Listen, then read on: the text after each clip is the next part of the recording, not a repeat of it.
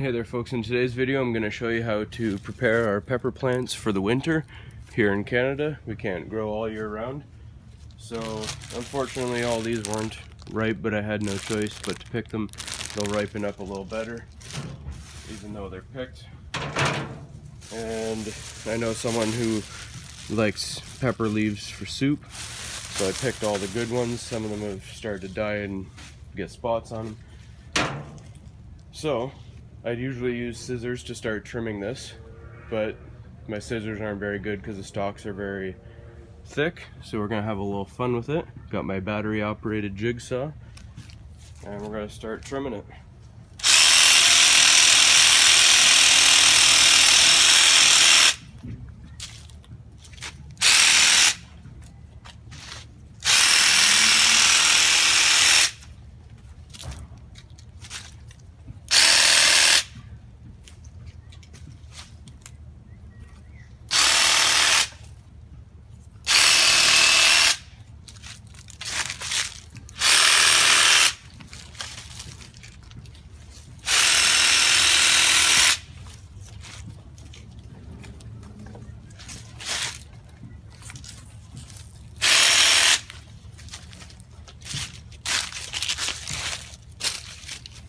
Now, it's hard to see before, but this is all horseradish here. I'm going to show you a video on how to pick that later.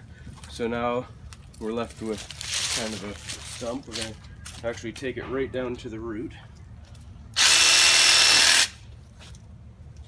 so you can get kind of an idea of how thick that thing actually is.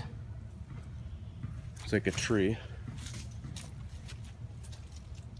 And then what we're going to do is we're going to pull on the base and actually uproot it.